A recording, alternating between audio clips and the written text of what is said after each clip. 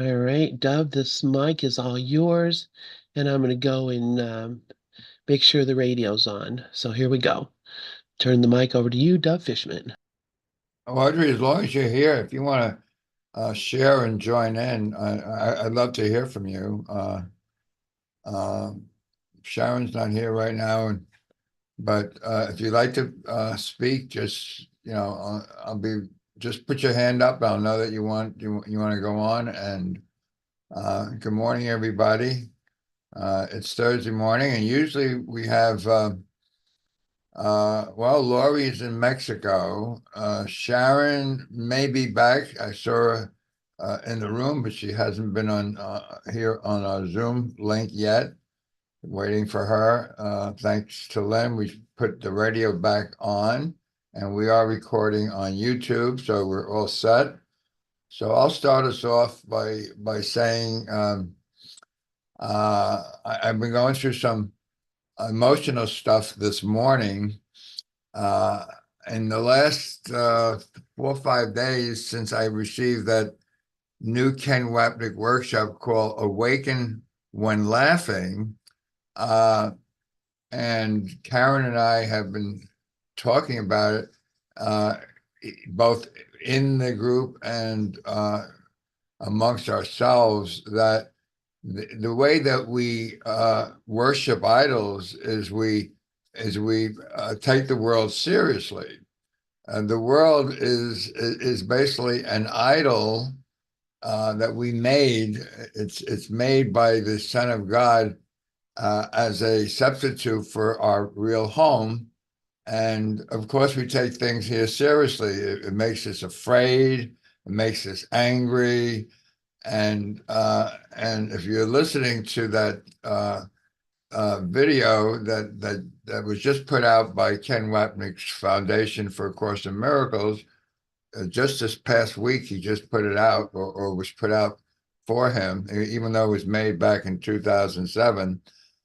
He says the cause of all of our pain, upsets, suffering comes from taking this world seriously. And he goes to that place in the course, I think it's in chapter 27 on dreams. Into eternity crept a tiny, mad, insane idea. And the Son of God remembered not to laugh. He took it seriously. So I've been, in fact, I was even talking to Karen about the idea maybe we'd take a Tuesday night and use it to go around the room and see what thoughts we take seriously that we can't smile and laugh at. I didn't have to go too far from that because we were just discussing it last night, and overnight something happened, and I noticed I could not smile or laugh at it. I took it very seriously. And then I asked, well, what part of this am I taking so seriously that I can't smile or laugh at it? And up came the word or the idea of guilt, that I had done something wrong. I had done something wrong. In truth, I didn't do anything wrong. I had put some money into a service that was always 100%. And whenever I sent money on that service to the Philippines, it was received. There was never any problems. In this one case where it was somebody who basically I go back and forth with many problems with this person. What happened is they went and the money wasn't there, and they get angry. He says, I came here, I had to pay for transportation, and the money's not here, it's not available. And and and I felt terrible. And I'm saying, well, why am I feeling terrible? Is that it's like I did something wrong. No, I didn't do anything wrong, but the belief that something had gone wrong, and I had picked that particular service, I was responsible. I really couldn't laugh because this person paid a babysitter to go there. They paid for transportation, and they wound up with no money. And I got in touch with the service, and they said, well, okay, Tomorrow morning she'll get it. And I said, well, I can't ask her to go to the same place. It's like a department store in Manila to pick it up. If the same thing's going to happen again, she says, no, we're going to contact her by both text and email, or maybe even telephone, and tell her when the money is available for her to pick up. So she won't be coming here until she gets that call. Okay, that sounds good. But I noticed I was upset with the service, but I traced it back to that I had picked the wrong service. I shouldn't have chosen them. All of that was guilt. None of that really was true. I picked the right service. Something happened. There was a problem, and I couldn't smile or laugh at it. I just couldn't smile or laugh at it. So at least we're looking at what the culprit is. The culprit is guilt. Uh, I can't smile at my guilt. I can't laugh at my guilt, and I certainly can't laugh at somebody else's guilt. But I guess, like when you start the Course of Miracles, you can finally forgive others. You can't forgive yourself. So maybe I can smile at somebody else's guilt, knowing that that's not who they are. That's the ego acting out its insanity, and that's what the tiny mad idea is. Mad means insane. So that's it in a kind of a nutshell. Um, Sharon's still not here, so I don't know. Audrey, do you have any thoughts? Or Lynn, do you have any thoughts?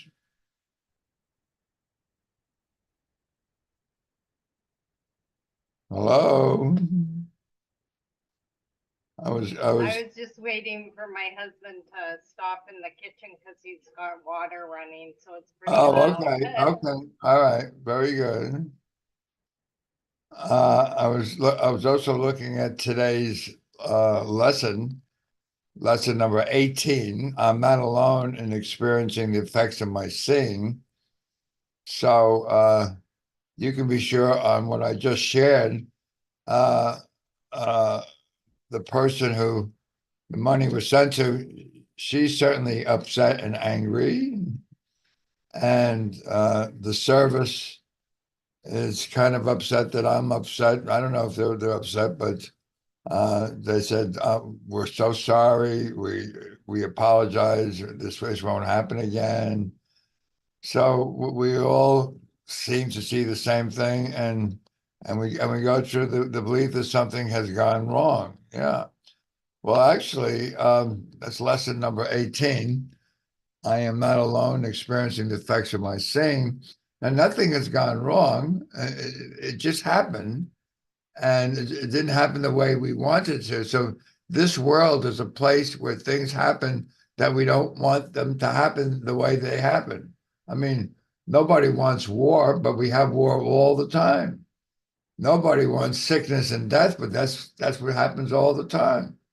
So we're in kind of a forced prison where all we see is sickness, death, war, pain, suffering, and it all comes from the belief that I have done something wrong. And of course, that's the nature of the Course of Miracles, is that I have done something wrong. I've separated myself from my creator who created me and saying, I don't need you. I'll do this myself.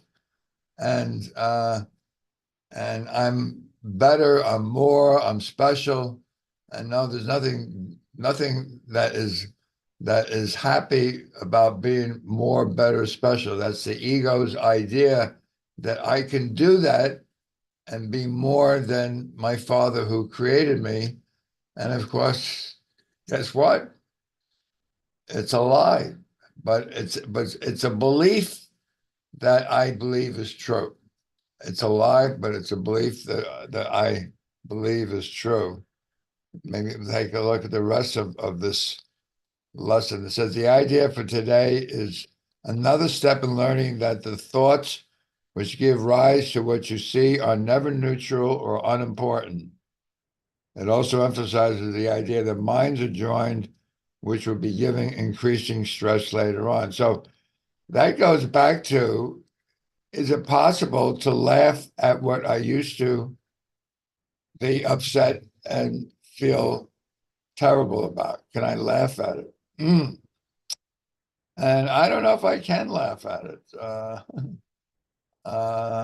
Can I laugh at it? Yes, knowing that there's no accident that this woman on the other side who has a newborn baby, hired a babysitter, hired transportation to take it to the store. I chose her as the person for me to learn lessons with. And then she's very angry and upset. And even if I said, don't worry about it, I'll even send you some more money to take care of the babysitter and your added transportation.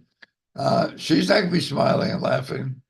She'll say, you did this to me. You did this to me. And and that seems to block out the fact that we are one and the same.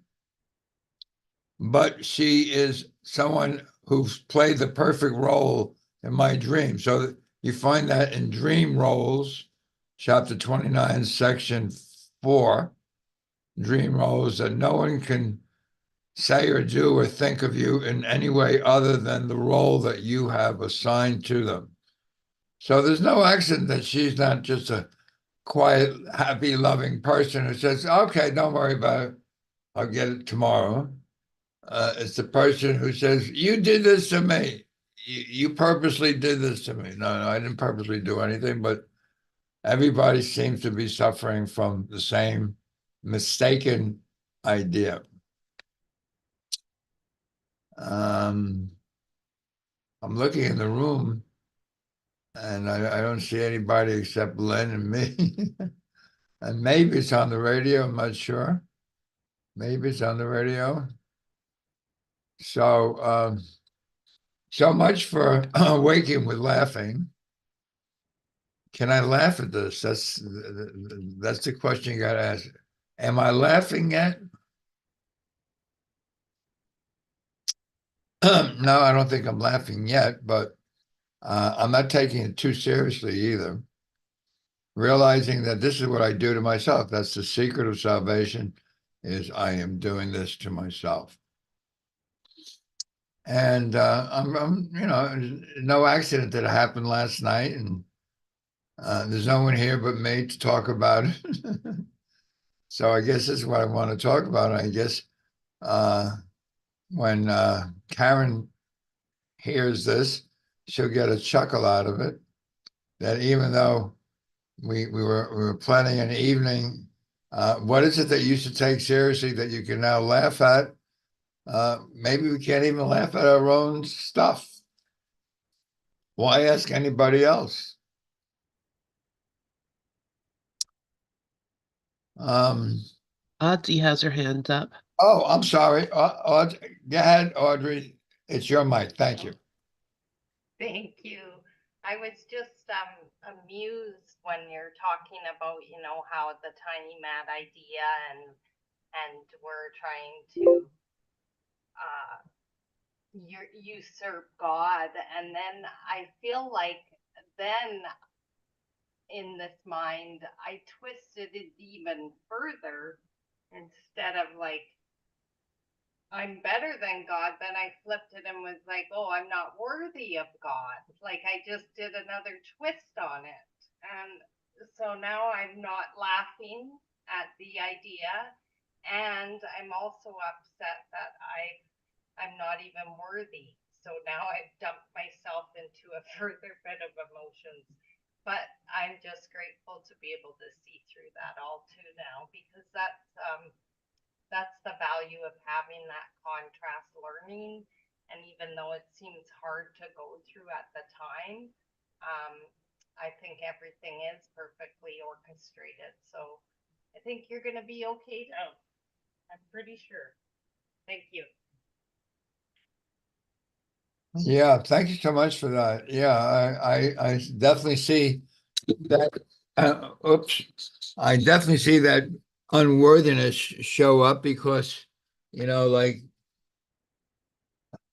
the thought is, why is this happening to me? I mean, uh, how is it that I chose a service that broke down exactly when I wanted the service to work? So there are no accidents in God's plan. Am I worthy of being the Holy Son of God Himself? I was teaching the other day, lesson 191. I am the Holy Son of God Himself. Uh, when things go crazy in this world of dreams, I don't feel like I'm the Holy Son of God Himself. I certainly have to distinguish between my ego self, which certainly is not the Holy Son of God, who, as a matter of fact, wants things to go wrong. So I can feel that you can't laugh at something that's going wrong. That no, I am not this body, I'm not this ego, I am in my right mind in the home of my Father, along with Jesus and the Holy Spirit, and nothing in this world can actually prevent me from being what God created. So I am the innocent, whole, complete, perfect Son of God as love created, and God's will, which is His directive, is for my happiness. So I can deny my happiness and claim that I'm different than what God created, or I can remember that God's only will for me and my will, lesson 101 and 102, is to be happy. And can I be happy with the way things are going in this world? Why not? There is no world, but but at least you don't have to get serious about it. You can recognize that you made it, almost like you make a dollhouse, or you make up a game of chess, and you try to get the other guy's king before he gets your king, and so that so that you win and the other person loses. No, it's just the game that I'm playing with myself. There's no one else out there except me playing with myself. I guess you call that mental masturbation. And that's pretty much what this world is. It's mental masturbation. And with that, again, I'm looking for Sharon, who I don't know. She didn't contact me. Usually she calls me and says, I can't make it. She didn't even do that this morning. So, Audrey, do you have any thoughts on that at all? Or Len? Len? Yeah, talking about things not working. I can't type on the Paltalk board. Says there's a server issue. It could be that, I don't know. Let me check. I'm pretty sure we're See, probably hurt. I see. I just wrote the word help. You see the word help? In here in this chat, but not on Paltalk. Oh, I see. Oh, I see. It says there's a server problem, so I don't know. Maybe let me check. I'm pretty sure we're being heard on the radio. I checked it, so but I don't know where Sharon is. Maybe I'll give her a call. mhm. I guess I could call it too. Um, Well, I can call her. You can just carry on. okay. If she doesn't come, I probably would say let's close out after a half hour because especially with my voice the way it is, I don't see myself speaking for a whole hour. I just don't. But I kind of said everything I really wanted to say.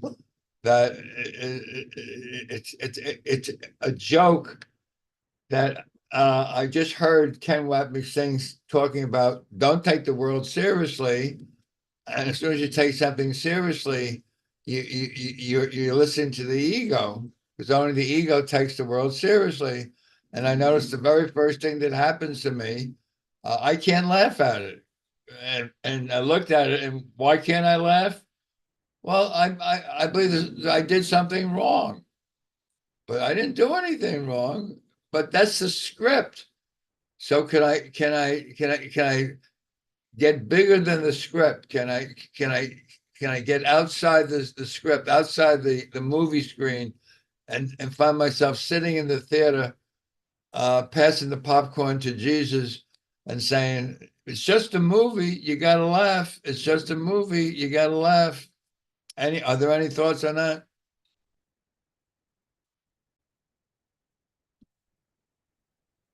Audrey says, "Do Yeah, you?" Audrey yeah, says, I did. I started typing, but I'll just say it because I'll add more to it.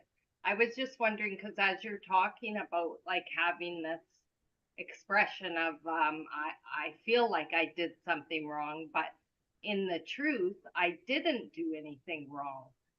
But I'm just feeling like if when I would do stuff like that and cover up the emotion with an affirmation, it didn't get me anywhere because I had no experience to reflect upon. And I was wondering if do you ever go into feeling the feeling of discomfort that arises when you have that thought that you did something wrong?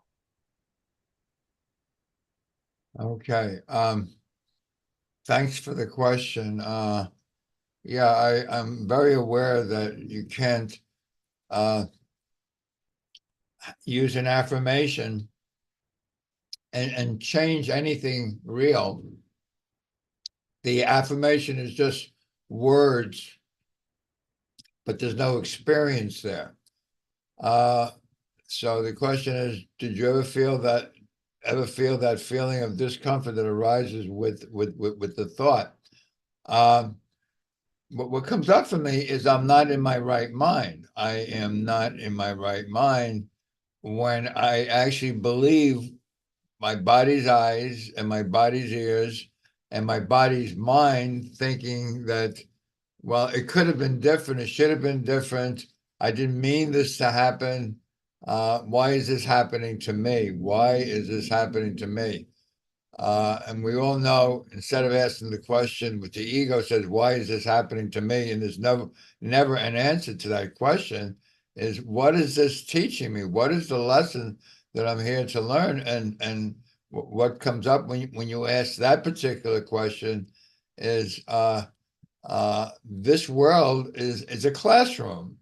It's not real. It's a classroom to learn lessons I came here for, that I am not this body. I am not the things that this body does.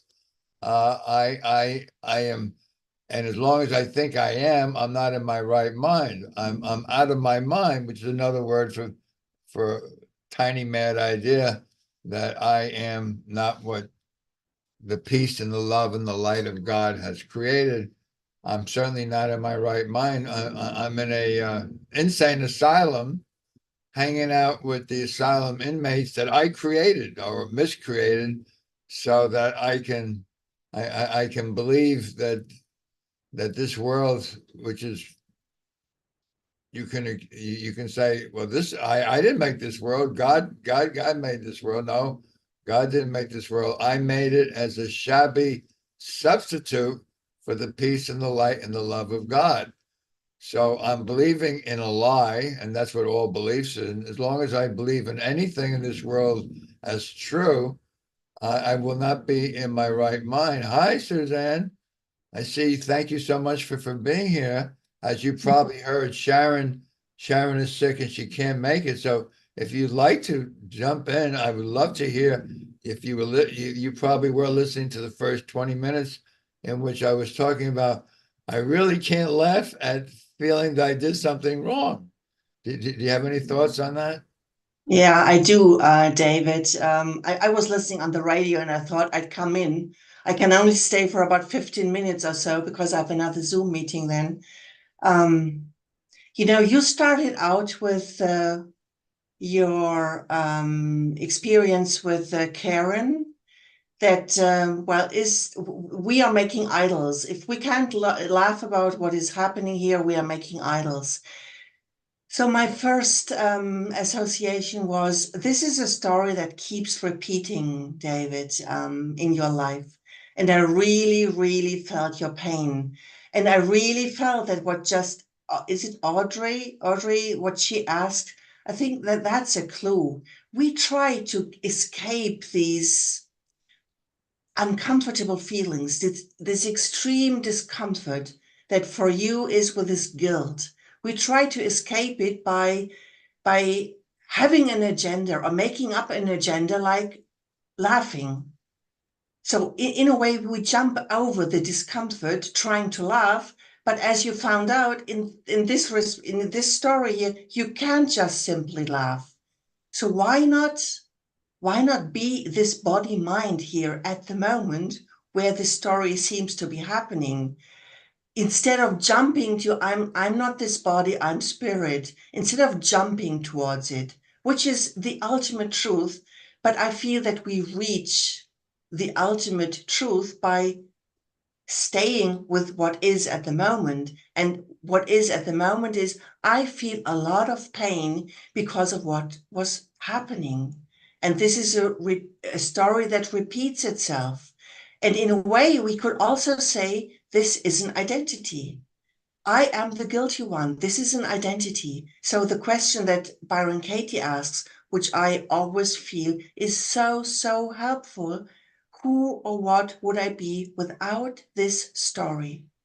Who or what would I be without this identity of someone guilty, not meeting the expectations, having done something wrong, and really staying with that? I've done something wrong, which I mean, I feel it. It feels so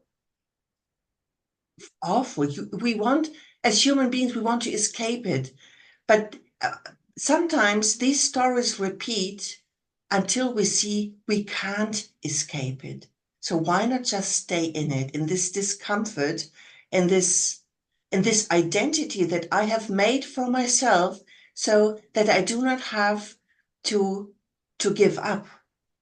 And in a way, this is asked of us, to just give up. And by giving up, I mean giving up the sense of identity, giving up our stories, surrendering to whatever is, and let the whole enchilada work through us without any resistance, whatever it is, however illusionary it is. I feel we can only transcend, or the illusion can only be transcended by looking at it, by standing in it, by feeling it completely with no resistance. So that is what came up. And I feel your pain, David. It is painful. And why not stay in it? So go ahead. Okay, that's very helpful, and thank you for bringing up that Byron Katie thing. Who would you be without your story? And your recognition that as long as I'm in the story, I'm not here now in this holy instant, which is the only place where I can really find peace and smile in the holy instant of now. Audrey posted on the chat, which I'll read. She says it feels so icky and needs to be moved through in order to be accepted. So she's saying the same thing. And then she says, thank you, Suzanne.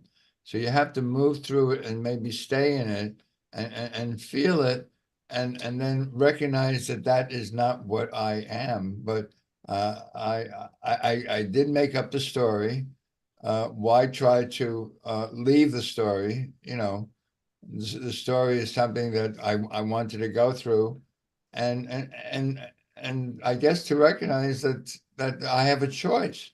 I can stay in the story, or I can say, who would I be without my story? I would be in my right mind, and I would be smiling and laughing and talking about this person sitting in the theater passing popcorn over to Jesus. Thank you so much for that and coming on and sharing that. Can I jump in here?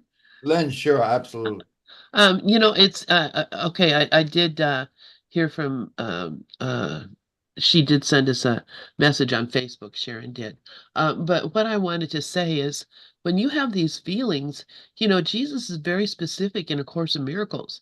He says, if you're feeling sad, this is why. If you're feeling upset, here's why. If you're afraid, here's why. And we do that every Monday with the Ho'oponopono with Amy. We go through the feelings list from Marshall Rosenberg from nonviolent communication, and we look at the feelings that we're having, and we're looking at, why am I feeling this way? So, it's always because, something has come up I'm not forgiving. Basically, I'm not forgiving it. But Jesus is real specific about certain things. So you can always look up the feeling that you have in the course, and you can find something either it or close to it, and Jesus giving you instruction on what to do and how to see it. But these feelings are here to remind us of what it is that is happening in our split mind. And so it's by looking at these feelings and addressing these feelings that we are able to overcome the thing that's causing the split. So, it's I can come in and say I'm upset because I can't type on the Paltalk board, or I'm upset because I woke up late, or all these different things. The becauses really don't the meaning the ego gives to the because is just its story trying to explain things, but the real reason is because I feel like I'm separated from my source. And, that's the answer to all the questions is, what would Jesus do? Or how would the Holy Spirit see this or have me see this? It's so simple then to, let the answer be given to you rather than to try to work it out. That's why all this therapy where you go into your past childhood, oh, because my mother ignored me, or because, my father abused me, or whatever. No, it's not none of those things. It's because I've decided I want to be upset because I'm seeing a meaningless world, which is what our lessons have been telling us. So, anyway, just had to jump in with that. The feelings are, and Jesus tells us, you wonder, am I doing this right? How do I feel? Look at yourself and ask, how do I feel? And then address the feelings in terms of what is it that, Jesus or the Course or the Holy Spirit would have me do about this. And it's not push it away and say, I'm not feeling it. I don't like that feeling. Let it go or whatever. It's by actually going into the feeling and seeing, what am I getting out of this? What is the purpose of this? What is this feeling giving to me that I want? Because you're not getting those feelings because you don't want them. You're getting those feelings because you do want them, and you do want to be upset, and you do want to be afraid, and you do want to have, and I'm saying you, I'm meaning me, it's all, it's an inside job. Anyway, that's what I have to say about that, and I will return the mic to you. And Suzanne, go ahead. Thank you so much, Lynn. I really appreciate that. Suzanne? Yeah, Lynn, yeah, thank you for that. And I really feel this is so important. And you keep reminding us, David, I'm never upset for the reason I think. I'm not upset because that happened, because of all the story that happened. I'm upset because I still believe I'm a separate person. I am buying into the story of being a separate person. So there's only one problem, one solution. If I knew that I am the Holy Son of God, not because I say it or because I parrot it, if I really knew it, there wouldn't be such a drama.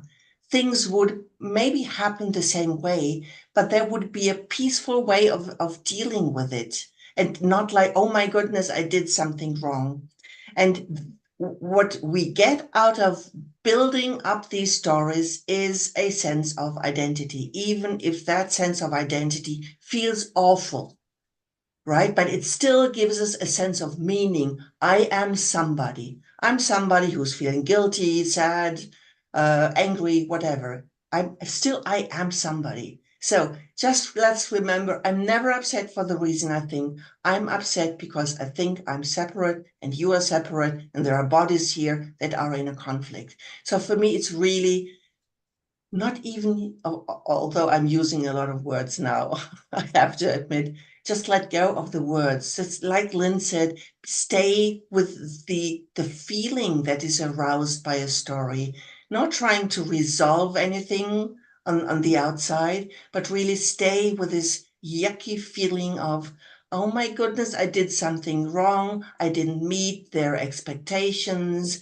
and now they are sad. Maybe they are going to die, and it's all my fault. But still, this is identity. So can we just relax into this ickiness, this I really don't like it, and don't do anything with it. Just breathe through it. Not try to push it away, not try to resolve it with some intelligent spiritual pointer. Just be in the moment as the moment plays out, and just open up and die to it. So these are my last words, David. I'll stay a little bit longer and then I would just leave, okay? So thank you for letting me share. I thank you so much for joining and sharing your insight, your wisdom, your love. And after listening to both you and Lynn and Audrey, I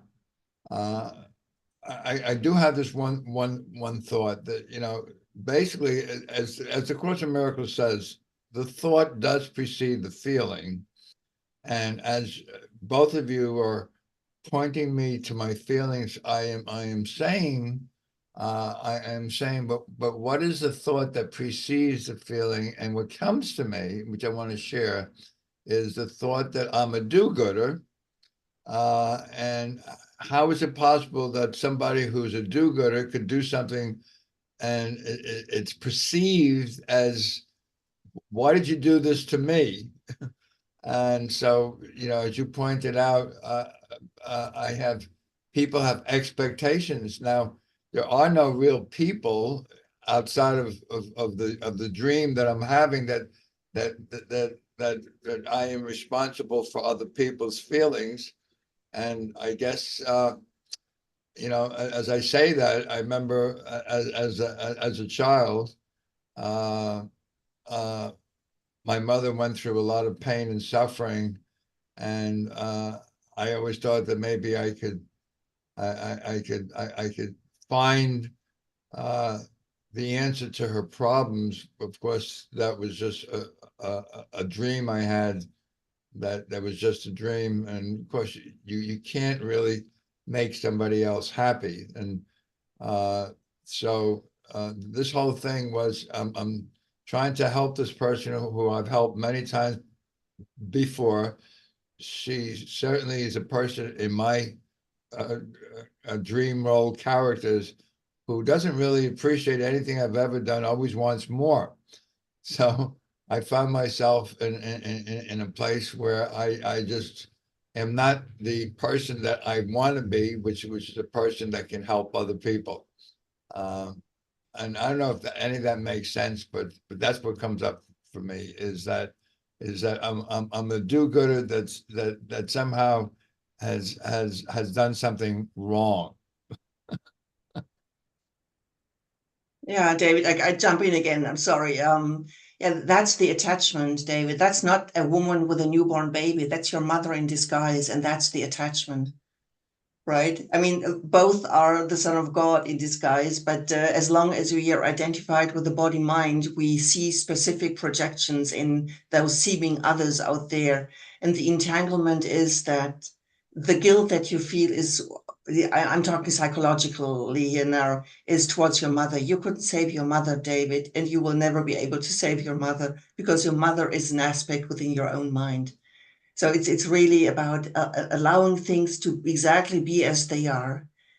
The discomfort, the depression, the sadness of your mother, and allow it to be. And I know as a child, it's so difficult to let our parents be in their in their depression, in their existential forlornness, in their not in their stories that couldn't be resolved. They couldn't jump beyond the story, and I talk of they. You see how difficult it is. It's never them. It's always something that's happening in our minds. So I just want to remind ourselves the sole responsibility of the miracle worker is the atonement for him or herself. This is our only purpose.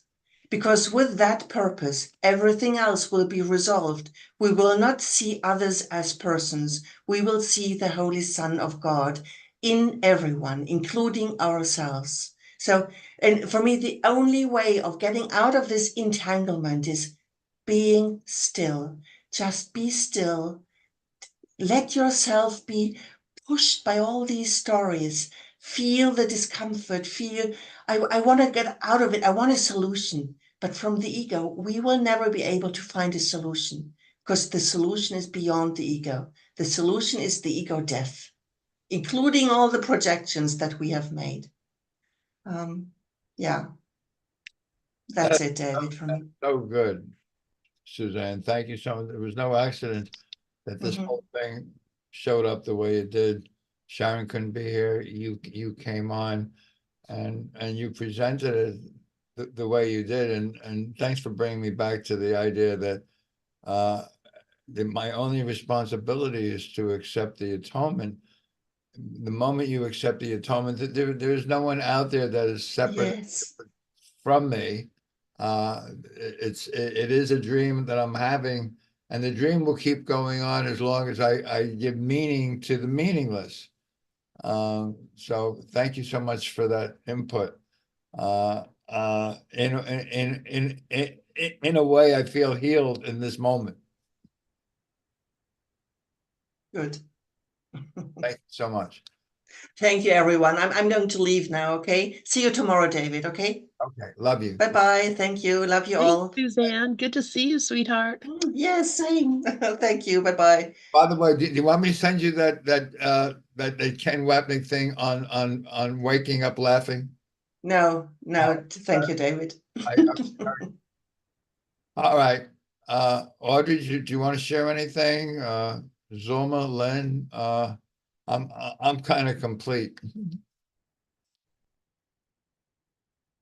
Just thank you so much, Dove, for sharing and just for giving your vulnerability to looking at things in maybe a little bit of a different way.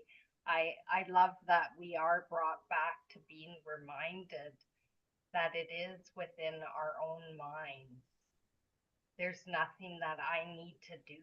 Um, I know I have stories that go on too, but I remember to ask, and it's very clear. No, you don't need to send a message for that. No, there's nothing to do now. Just look at your thoughts. What am I thinking about? What am I focusing on?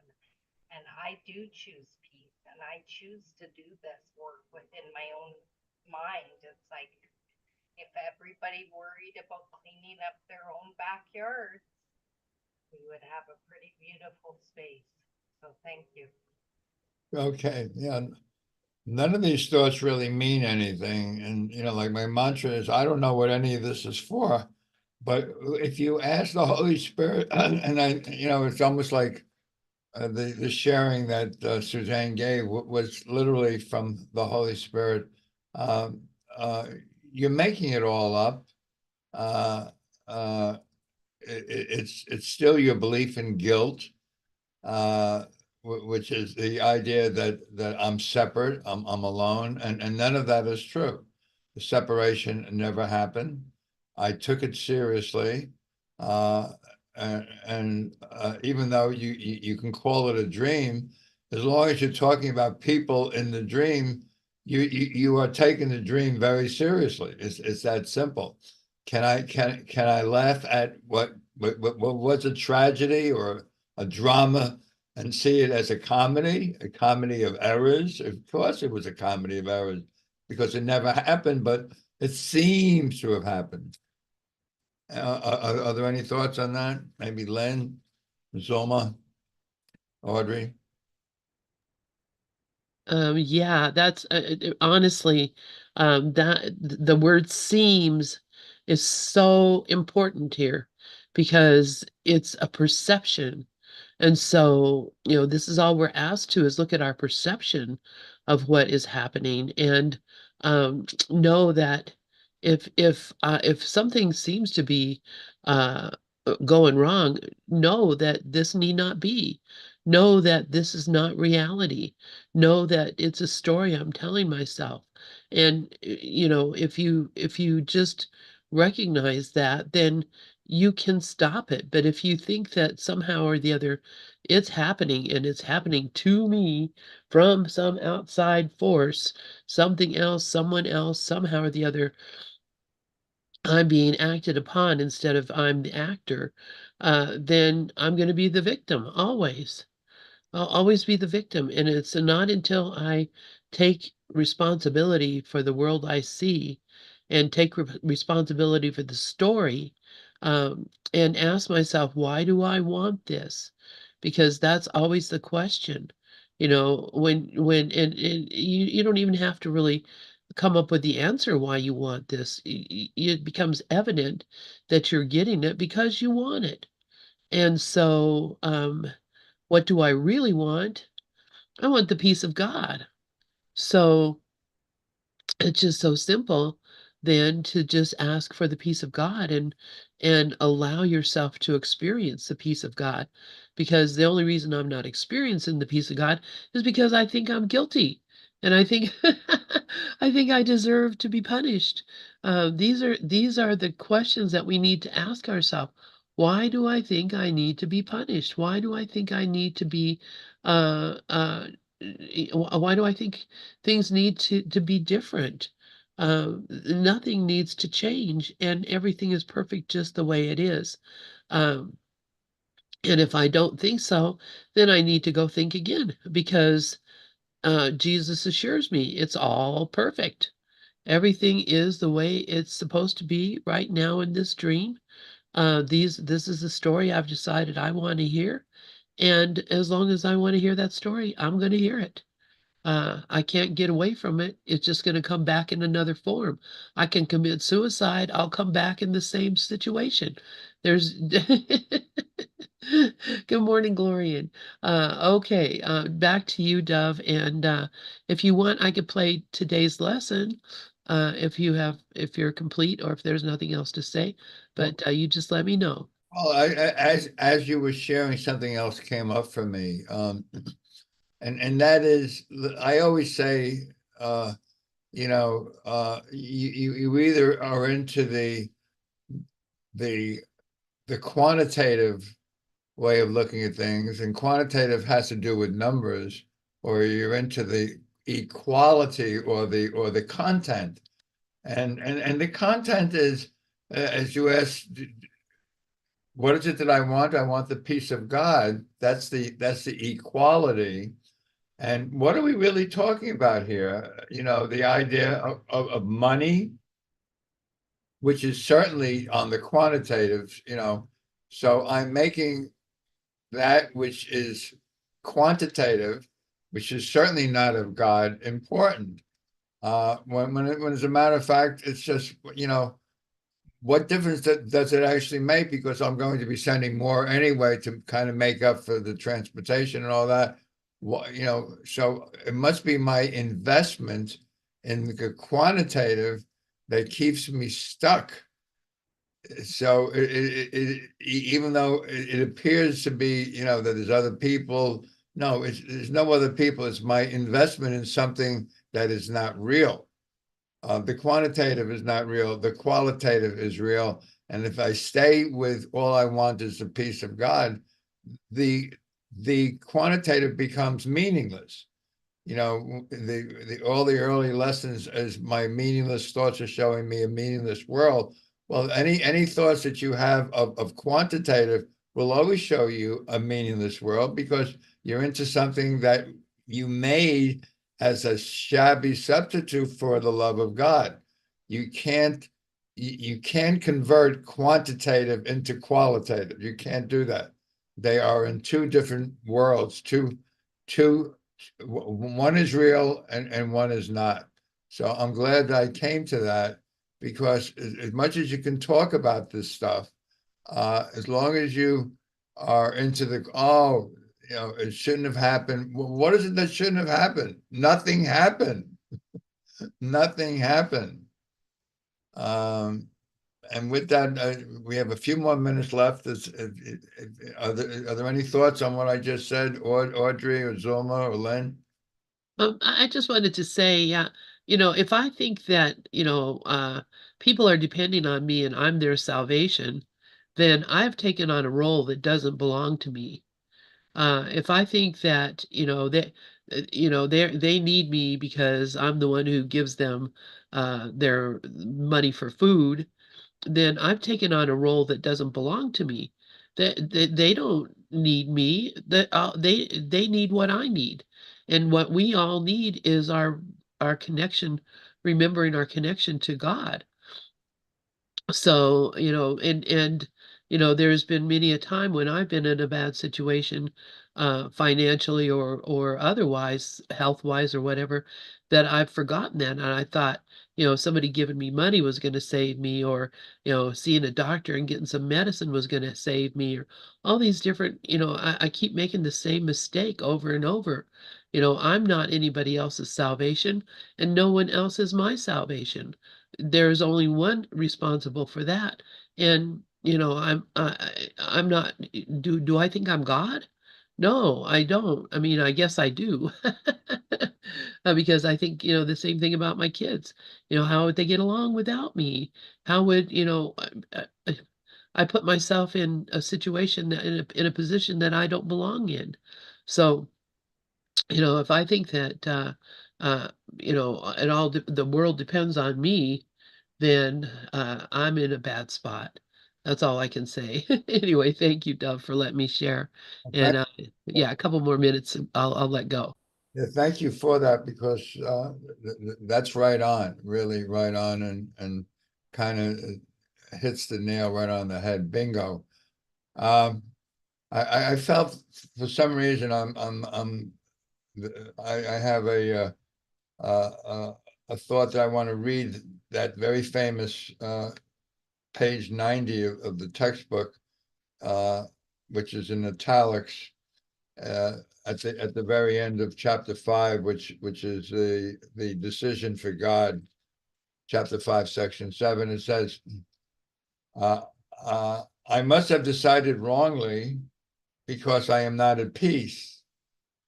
I made the decision myself, and I could also decide otherwise. I want to decide otherwise because I want to be at peace. I do not feel guilty because the Holy Spirit will undo all the consequences of my wrong decision if I will let him. And I choose to let him by allowing him to decide for God for me. And it's so appropriate that it's in the section, chapter 5, section 7, the decision for God. And the decision for God is the decision for equality, for the qualitative thoughts in my mind, not the quantitative. Once you focus on the quantitative, you have chosen against the peace, the light, and the love and the truth of God. You say, no, there's something more. That's what quantitative is. Quantitative is, oh, there's more. And of course, money becomes the number one symbol of more. And worrying about, well, I have to send more money, really? I must have done something wrong. That all comes from the decision that I have decided for something other than the peace, the light, the love, and the truth of God, which is all qualitative. I've chosen something quantitative, and you can never do enough in this world to achieve the quantitative thought of peace. There's nothing peaceful about the quantitative symbols of this world. And with that, I thank everyone for joining. Thank you so much, Suzanne, for joining in and listening in and coming and sharing. And Audrey, thank you so much for being here. Mikhail, thank you so much for being here as well. I always thought that the teachers you have, Tara Singh, Ken Wapnick, and John Mundy, are just wonderful teachers. So I certainly honor your sharings always, and invite you to be a teacher here at ACIM Gather. That's the purpose of Gather, is to take your place among the teachers, just as Zumba has for many, many, many years. Did you want to say something, Mikhail? Go ahead. Oh no, I just was going to say thank you, Deb. Yeah, it's great class. Uh, It's early for me out here in Arizona, but I'll think about that. I've got to get up early, so yeah, I'll think about it. Thank you for the invite for teaching. Lynn would love to hear that you're going to join us as a guest teacher. Yeah, maybe one day. All right. Okay. All right. All right. All right. Thank you so much, Dove. Thank you, Suzanne. Thank you,